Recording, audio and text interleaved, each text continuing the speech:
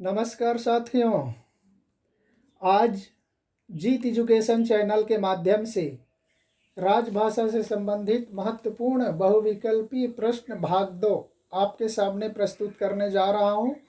इसके पहले भी आपको याद होगा कि हमने अपना पहला वीडियो 10 जुलाई को जारी किया था।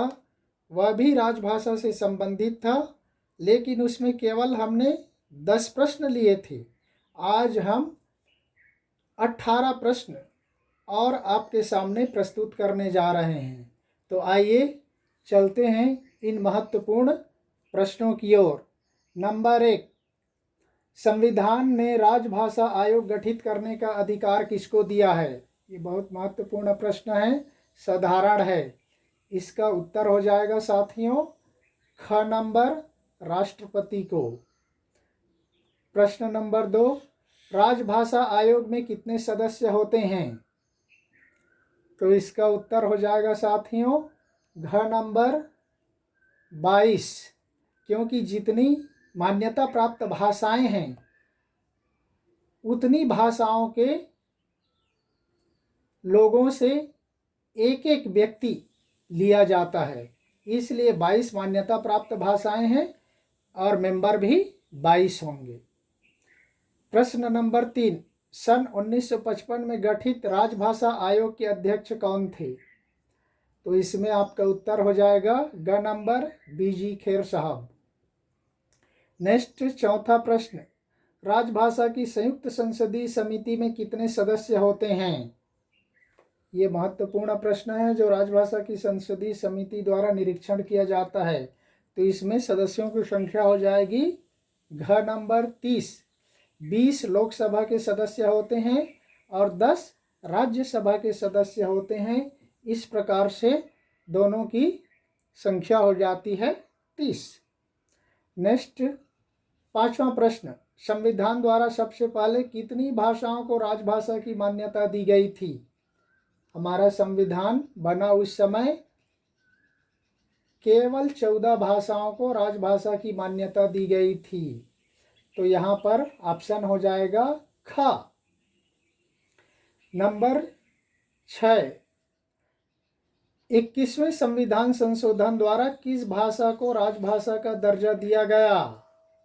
ये महत्वपूर्ण है। 14 के बाद इसी से हमारा 15वां भाषा जुड़ जाता है और वह उत्तर हो जाएगा सिंधी भाषा। आपका ऑप्शन हो जाएगा क।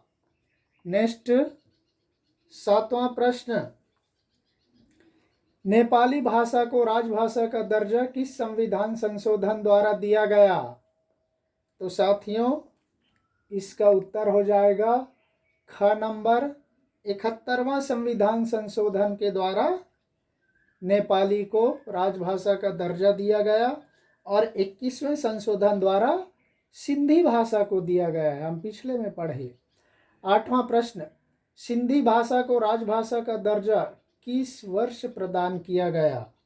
तो इसका उत्तर हो जाएगा साथियों ग नंबर 1967 में 21वें संविधान संशोधन के द्वारा राजभाषा का दर्जा प्रदान किया गया था। उसी के साथ राजभाषा की संख्या हो जाती है 15। नेक्स्ट, 9वां प्रश्न, मिजोरम और नागालैंड की राजभाषा कौन सी है? वहाँ अपने राज्य की राजभाषा है। ऑप्शन हो जाएगा ख नंबर अंग्रेजी। अभी भी वहाँ की राजभाषा अंग्रेजी है और अंग्रेजी में ही अपने प्रशासनिक कामकाज करते हैं। नेक्स्ट, 10वां प्रश्न, 71वां संविधान संशोधन अधिनियम 1992 द्वारा कितनी भाषाओं को संविधान की 8वीं अनुसूची में जोड़ा गया? तो देखो किस तरह से बढ़ते जाता है। इसमें जोड़ा गया ग नंबर 3 भाषाओं को। 3 भाषाओं को जोड़ करके 15 था, अब कितना बन गया? 18 हो गया। तो साथियों 11वां प्रश्न है, 71वां संविधान संशोधन अधिनियम 1992 द्वारा किस भाषा को संविधान की 8वीं अनुसूची में नहीं जोड़ा गया? जो 3 भाषा बताया उसमें से किसको जोड़ा गया, किसको नहीं जोड़ा गया? इसका उत्तर हो जाएगा क नंबर मैथिली भाषा को नहीं जोड़ा गया। बाकी 10वें प्रश्न के उत्तर में हो जाएगा नेपाली, मणिपुरी, कोंकणी, ये 3 भाषाओं को 71वें संविधान संशोधन अधिनियम 1992 के द्वारा जोड़ा गया था। इसी के साथ ही हमारी 8वीं अनुसूची की भाषा की संख्या हो जाती है 18। नेक्स्ट 12वां प्रश्न, राजभाषा अधिनियम 1976 के अनुसार हिंदी को प्रभावी बनाने के लिए भारत के राज्यों को कितने वर्गों में बांटा गया है? तो इसका उत्तर हो जाएगा घ नंबर, ये सभी क वर्ग, ख वर्ग, ग वर्ग। क वर्ग में उन सभी राज्यों को रखा गया है जो पूरी तरह से हिंदी भाषी हैं, जिनकी संख्या 11 है। उत्तर प्रदेश, बिहार, मध्य प्रदेश, हरियाणा, छत्तीसगढ़, झारखंड, उत्तराखंड, ऐसे सारे राज्य शामिल हैं।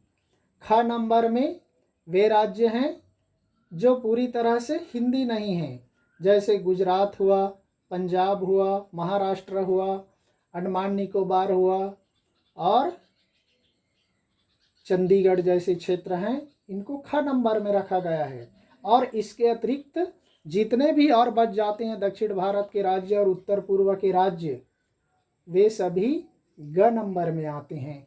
ये ऑफिशियल दृष्टि से वर्ग किया गया है। नेक्स्ट 13वां प्रश्न है साथियों, देवनागरी लिपि का सर्वप्रथम प्रयोग किस राज्य के राजा के शिलालेख में हुआ है? ये बहुत महत्वपूर्ण प्रश्न है साथियों, अक्सर पूछ दिया जाता है। तो देवनागरी लिपि का सर्वप्रथम प्रयोग किसमें किया गया? ख नंबर ऑप्शन है गुजरात राज्य के राजा जयभट्ट के शिलालेख में देवनागरी लिपि का उल्लेख हुआ है। ध्यान रखिए, गुजरात राज्य राजा जयभट्ट के शिलालेख में। 14वां प्रश्न, किसने सर्वप्रथम लिपि सुधार समिति का गठन किया? तो इसका उत्तर हो जाएगा साथियों घ नंबर, महादेव गोविंद रानाडे जी ने लिपि सुधार समिति का गठन किया। नेक्स्ट 15वां प्रश्न, किस अनुच्छेद के अनुसार संसद का कार्य हिंदी या अंग्रेजी में होगा? ये महत्वपूर्ण प्रश्न है। इसका उत्तर हो जाएगा ख नंबर, अनुच्छेद 120 के तहत ये निर्धारित किया गया है। नेक्स्ट 16वां प्रश्न है, किस अनुच्छेद के अनुसार प्रांतों के राज्य विधानमंडलों का कार्य उस राज्य की राजभाषा में अथवा हिंदी या अंग्रेजी में होगा? ऐसा प्रावधान किसमें किया गया है? तो इसका उत्तर हो जाएगा साथियों क नंबर 210। यहाँ पर ध्यान रखिए, संसद का कार्य हिंदी या अंग्रेजी में होगा। इसका उत्तर हो जाएगा अनुच्छेद 120 ख ऑप्शन। लेकिन राज्य की विधानमंडलों में उस राज्य की राजभाषा या हिंदी अंग्रेजी में कार्य होगा, तो उसका ऑप्शन हो जाएगा क नंबर 210। तो यहाँ पर थोड़ा कन्फ्यूजन प्रश्न है। ऐसे ही प्रश्न परीक्षाओं में अक्सर पूछे जाते हैं, इसलिए इसको थोड़ा ध्यान रखिए। नेक्स्ट 17वां प्रश्न, किस अनुच्छेद में भाषाई अल्पसंख्यक वर्गों के लिए विशेष प्रावधान किया गया है?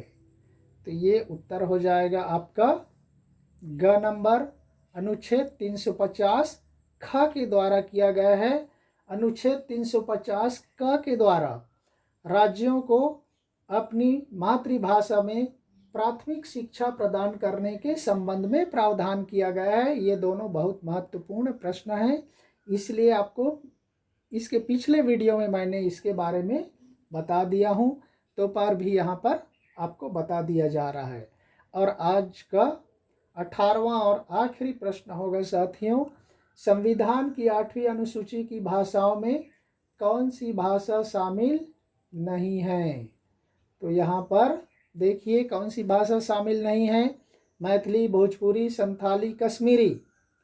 तो साथियों यहाँ पर कौन सी भाषा शामिल नहीं है? ख नंबर शामिल नहीं है, भोजपुरी।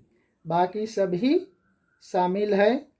आपके 92वां संविधान संशोधन अधिनियम 2003 के द्वारा जिसको 4 में लागू किया गया, वहाँ पर 4 भाषाओं को शामिल किया गया है। बोडो, संथाली, मैथिली, डोगरी, ये 4 भाषाओं को मिला करके आज वर्तमान में भाषाओं की, राजभाषाओं की संख्या हो गई है, 8वीं अनुसूची में शामिल भाषाओं की संख्या हो गई है 22। तो इस तरह से ये बेसिक प्रश्न हैं राजभाषा से संबंधित, अक्सर परीक्षाओं में पूछे जाते हैं। तो साथियों, चैनल कैसा लगा इसके बारे में थोड़ा हमको सूचित कीजिए। बाकी अध्ययन जारी रखिए। इसी शुभकामना के साथ धन्यवाद। जय हिंद।